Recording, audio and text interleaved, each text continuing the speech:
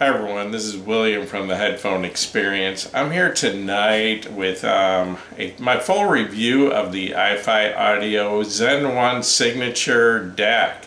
But this is a combination. It's basically a review of the stack, which includes the ZEN Signature HFM. So this is a review of the stack and my full review, but I'm going to divide this or break this review into two parts. The first part is going to focus primarily on the DAC, and the second part is going to focus primarily on the headphone amps. So sorry for I haven't done a video in about 2.5 weeks. I've been really busy with work and just had to take a little bit of time off from reviewing. Unfortunately, I still have to work for a living. I wish I could be a full-time reviewer, but that's just not financially possible right now. So anyway, my review of the ZEN Signature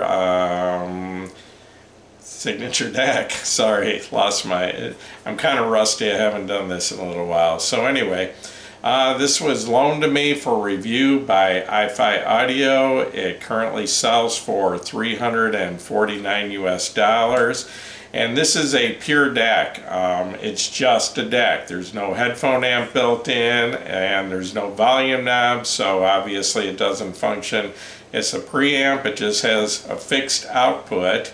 And but it is fully balanced. Both the inputs and outputs are balanced, and this DAC supports PCM, DSD, and MQA, and it has 4 digital inputs. That would be coax, optical, USB, and Bluetooth, and then it has 2 sets of outputs. It has RCA single-ended outputs on the rear and 4.4 millimeter balanced outputs.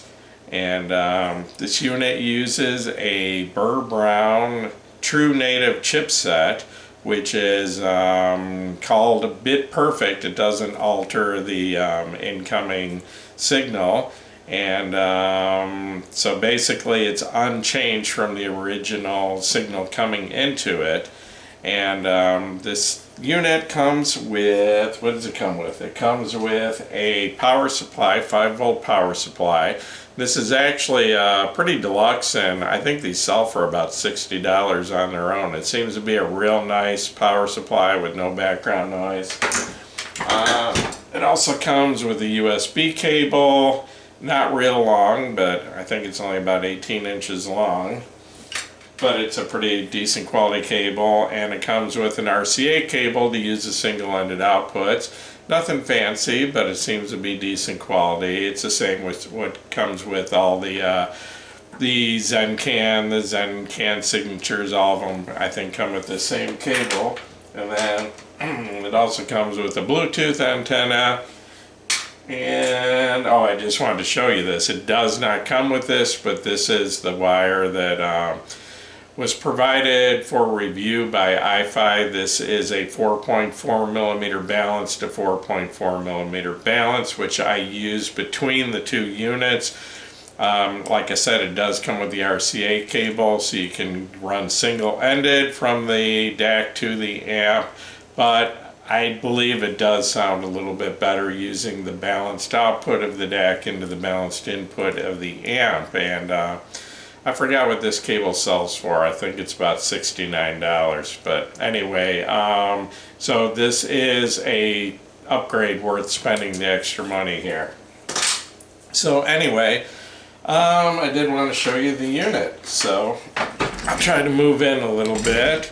And on the front here, you start out with your power on and off. Then this is your input switch. You can switch between Bluetooth, USB, or the middle setting is either of your digital inputs, your coax or your optical. And then in the middle you've got a light here, colored light, that shows you what your incoming format is. It doesn't do me a whole lot of good because I'm pretty much colorblind and can't tell the difference, but for those of you that can see color, it'll be pretty handy. And then you have another light over here, also colored, that shows your your sampling frequency coming into your unit. And once again, being colorblind, that doesn't do me a lot of good.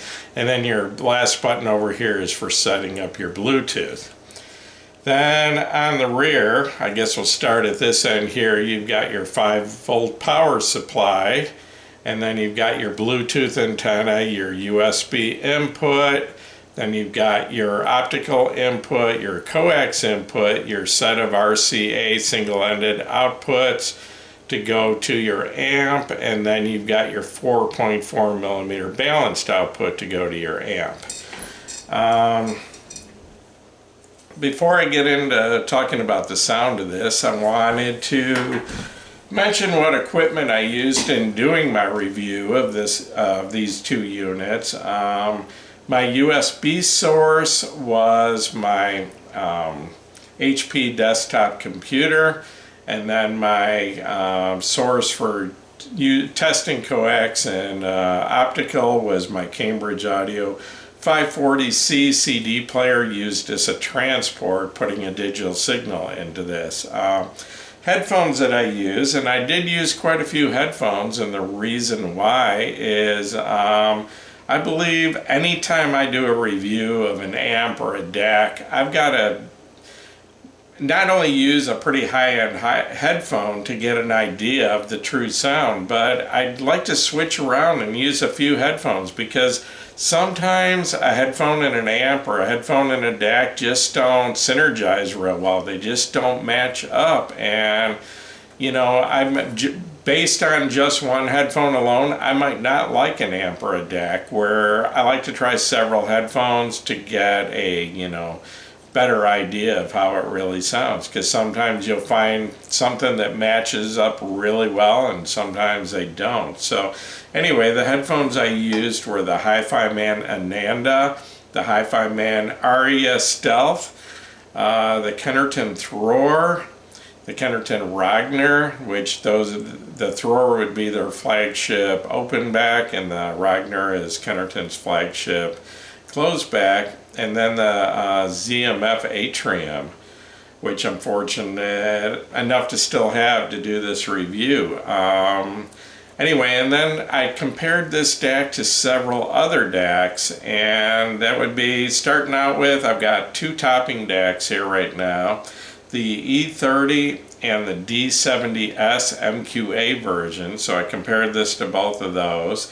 I compared it to the Benchmark DAC 1, and I know that's an older DAC, but when I got that back in 2012, and that has been my primary reference DAC for quite a while, and until recently, until about a year ago, that was my primary DAC that I use. It's just a really nice, kind of down the middle DAC, no extremes, just very clean, very detailed. But anyway, in 2012 or so, I think that actually came out in 2009, and it's not available anymore, but there are newer versions, the Benchmark DAC 2 and the Benchmark DAC 3, and the DAC 3 is supposed to be one of the best measuring DACs around. But anyway, I haven't had a chance to hear that and don't know if there's a whole lot of difference between the earlier version I have. But anyway, at one time that DAC 1 was rated given an A rating by Stereophile, so it was a very nice DAC, and I think it still holds its own very well against modern DACs.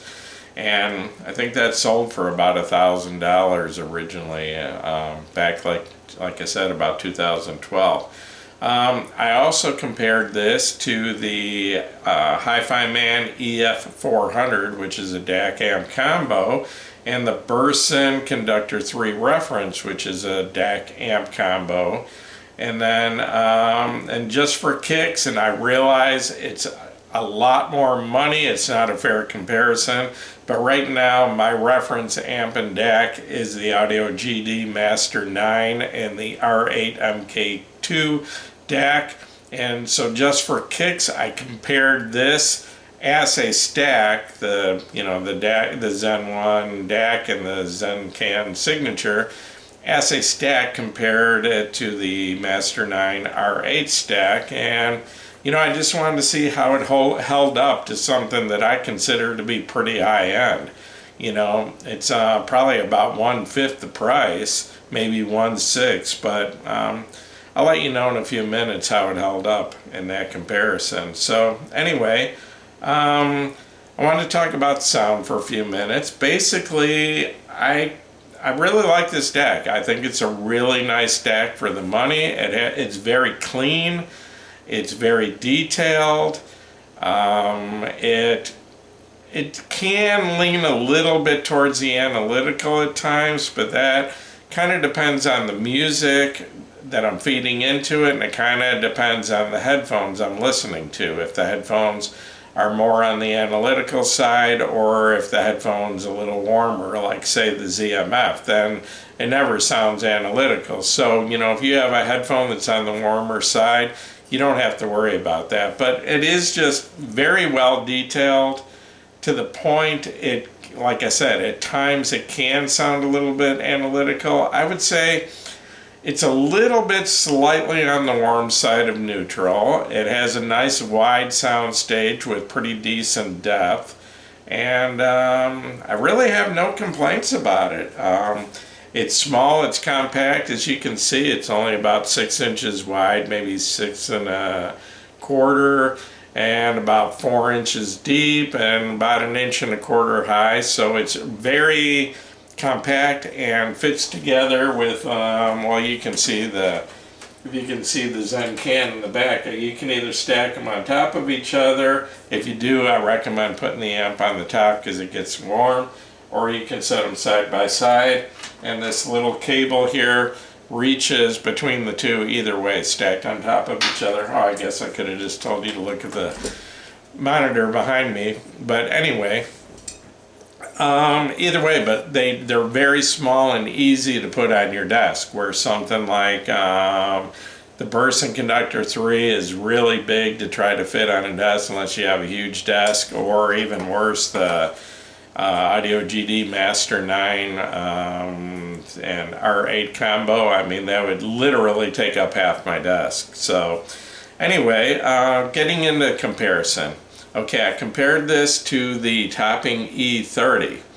The Topping E30 only has single-ended output, but so I considered just using the single-ended outputs of this, but I figured it's balanced, I'll use a balance. So what I did to compare the two is I connected them both to my Master 9 amp and listened to it through the Master 9, and then switch back and forth. Use my CD player as my source into both this and the E30.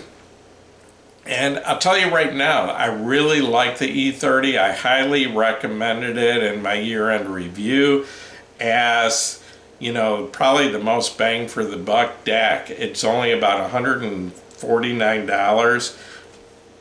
And it has exceptional performance for that price, in my opinion. I really like it, but I compared the two and they sound kind of similar. And I know there's a lot of people out there, probably half the people in, you know, the headphone groups and all that, that really don't think there's any difference between one DAC and another. And I will agree that I think that Delta Sigma DAC chips have reached the point where they're pretty much all beyond the threshold of human hearing. So I don't think it makes a whole lot of difference anymore what DAC chip you're using, although I think some of them do have a slightly different tone balance. Some of them sound a little warmer, some sound a little more analytical. But you've also got things like your analog output that can have a lot of effect on the sound. So I'll be the first to admit there's not huge differences between DACs. It takes me a lot longer to compare two DACs than it does two headphone amps, and a whole lot longer than two headphones. Two headphones, I can hear large differences right away. And even amps, you know, you can hear some pretty significant differences without listening very long. But DACs, I'll admit, when I first turn on two DACs and switch back and forth, they sound very similar, and I would probably have a hard time, most of them sound similar, and I would probably have a hard time telling them apart in a blind test. but the more I listen, and it does require high-end headphones, and it takes a lot of time. And that's part of why it's been 2.5 weeks since I've done my last review. I've spent a lot of time on this comparing these DACs because the differences are subtle, but yet I feel that they are there. I don't think I'm imagining these differences. So anyway, comparing this to the Topping E30. The Topping E30 is a very detailed, very clean DAC, but the one flaw that it does have, in my opinion, is it can sound a little bit dry and a little bit analytical. So, but it's only $150 and you don't get everything for $150. So comparing the two, I'd say this does a very good job of keeping up with the E30 as far as detail and clarity, but I think it does it with a little more warmth and a little bit more of a liquid sound. It's a little bit easier to listen to. It, especially I hear it mostly in the mid-range and especially in female vocals. They just sound a little bit warmer and a little bit nicer through this. So, you know, if I had the choice, yeah, I would probably choose this over the E30, even though I really like the E30.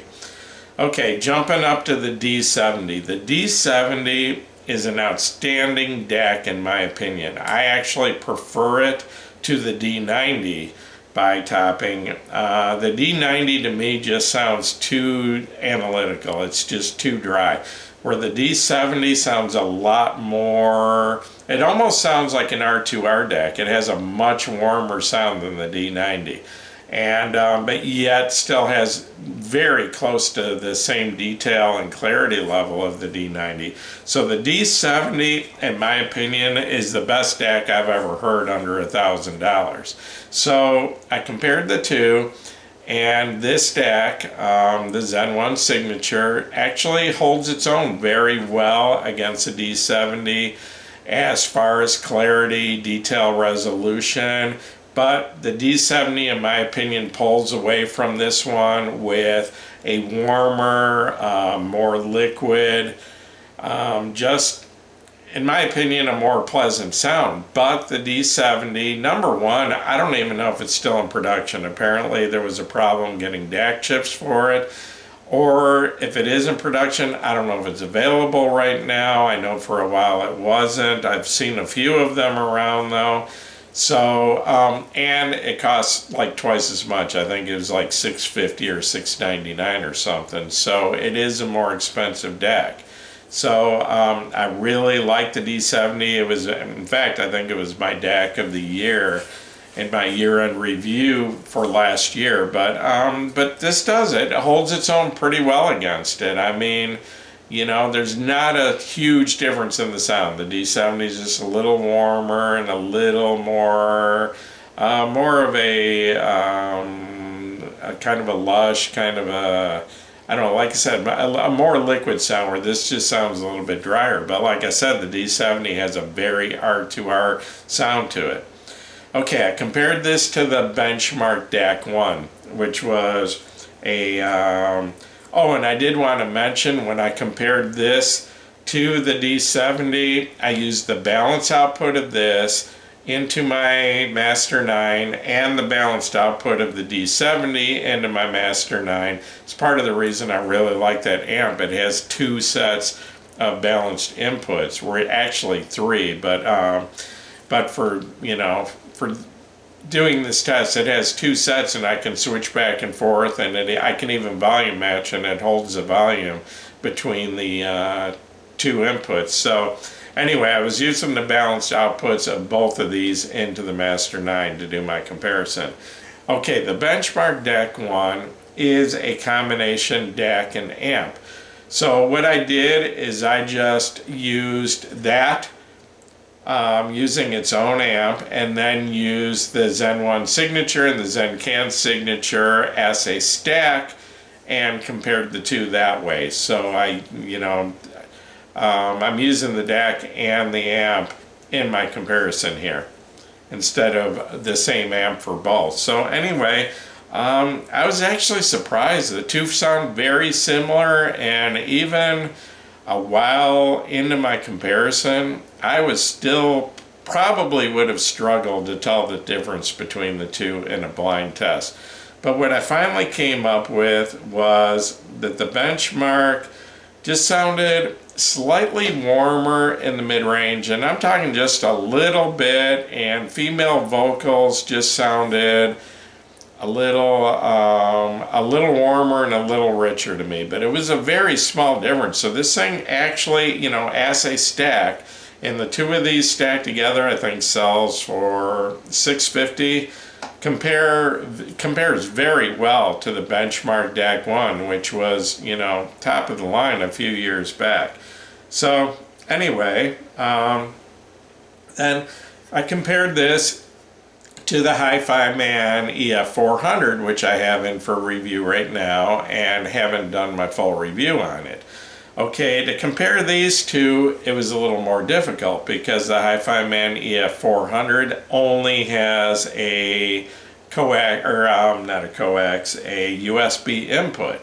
So I had to drag this out of my room where I have all my equipment, my rack, and had to bring it in here to my desk because the only source I have with two USB outputs is my desktop amp.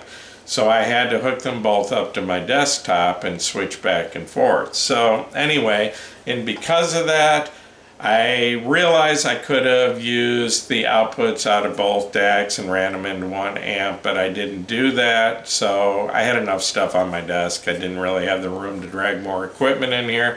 So what I did is once again compared the ZEN Signature and ZEN Signature as a stack to the Hi-Fi Man EF400, and the EF400 happens to have an R2R DAC in it, and basically they both sound really good. They both have very good clarity, very good detail, very good resolution. They both have a very similar size to their soundstage, similar depth. The only difference, and it's probably because of the R2R DAC, the Hi-Fi Man sounds a little warmer in the mid-range, and I got the feeling, it sounded to me like it had a little more depth, a little bit more three-dimensional, you know, holographic kind of layered sound. Just not a lot of difference, just a little bit more. But that's been my experience so far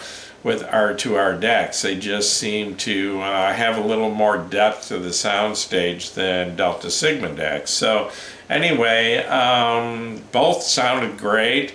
And I'm not going to compare the amp parts until my part 2. Then I'll talk about the comparison of the ZEN amp compared to the EF400 amp. But as far as the DACs, like I said, the Hi-Fi, they both sound great, but the Hi-Fi Man just had a little bit more warmth and maybe a little bit more depth to the soundstage. Okay, I compared the ZEN Signature to the DAC part of the Burson Conductor 3 reference, and I realized that that's a what is that, about $1,750 amp DAC combination, but I had it here, and excuse me just a second.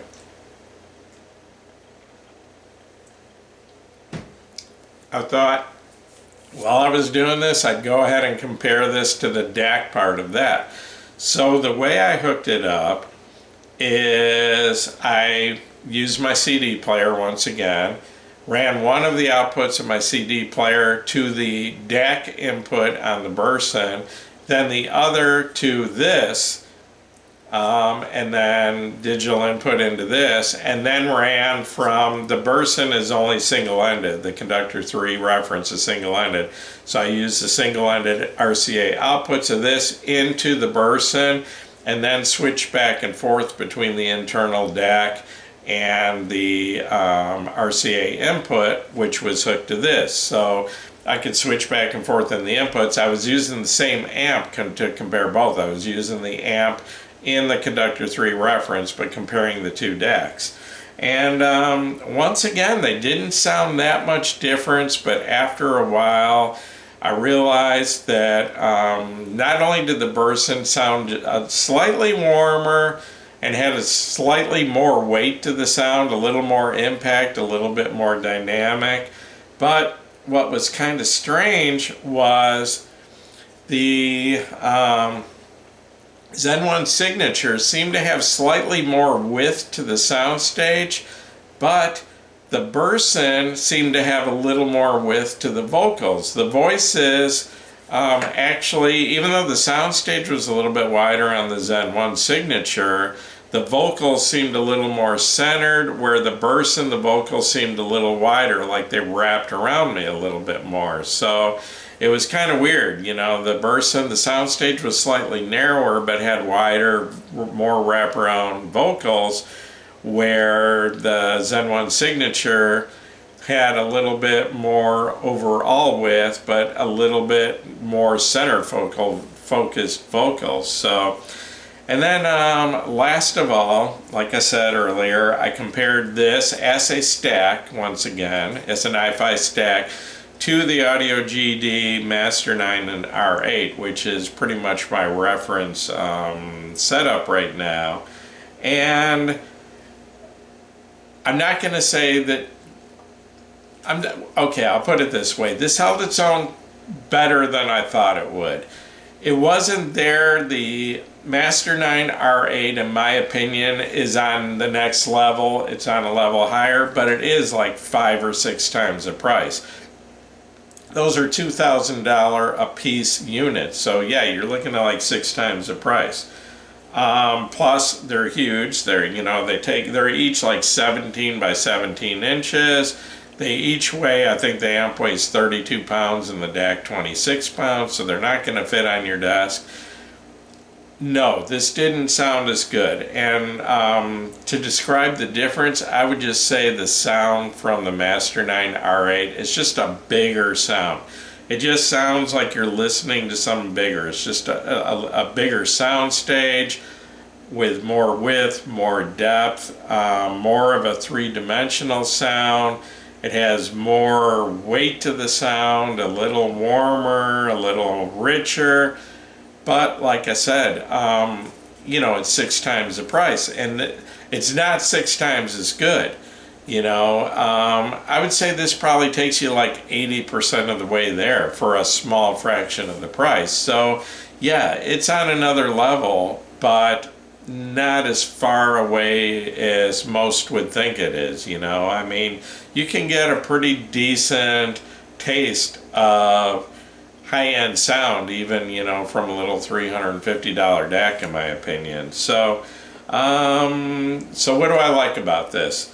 One of the things I really like about it is 4 digital inputs. I mentioned to you a while ago that the Hi-Fi Man EF400 had only 1 digital input. So I like the fact, and because of the 1 digital input being USB, I can't even use it with a CD player or anything like that. So I really like the 4 digital inputs. If I use this on my desk, I can not only hook my computer up to it, but I can also, I've got a 43-inch 4K monitor on my desk, and I've got a Blu-ray player hooked up to it. I can plug that into this and listen to my Blu-rays, through my headphones while I watch my monitor. So I really like the 4 digital inputs, but besides from that, it's very clean, it's very detailed, it doesn't, like I said, it can sound slightly analytical, but that's if you have a really analytical headphone. Otherwise, that's not a problem. It's small, compact, works great on your desk, and it's a great matchup if you want the ZEN Signature. And like I said, part 2 of this video is going to focus on that, the headphone amp, and they're just a great match. They just match so well and look well together. They look great together, and it's just a really nice combination. You get really good sound quality for a total of $650, and I'll get into the amp, and I'll tell you the amp matches up with almost any headphones, but I'll save that for my next review. So anyway, this is a great DAC. It holds its own against anything, you know, up to $500-600, and I've got no complaints at all about it. No, it doesn't have, you know, selectable digital roll-off filters, things like that. But most of the time I hear very little, if no difference between those anyway, because we're talking frequencies of like 20,000 and up. I don't hear that high, I'm too old. So anyway, yeah, and like I said, the color thing, I'm colorblind and it doesn't really help me, but it doesn't really make a big difference to me. So yeah, I can recommend it. I think it's a great DAC for the price, $350, and that's about it. So I'm going to wrap up this video, and it's gotten way longer than I planned, and I got to save something for my part 2. So once again, this is William from the Headphone Experience. If this video has helped you, please give me a thumbs up. Please subscribe to my YouTube channel, and you are all welcome to join us at the Headphone Experience on Facebook.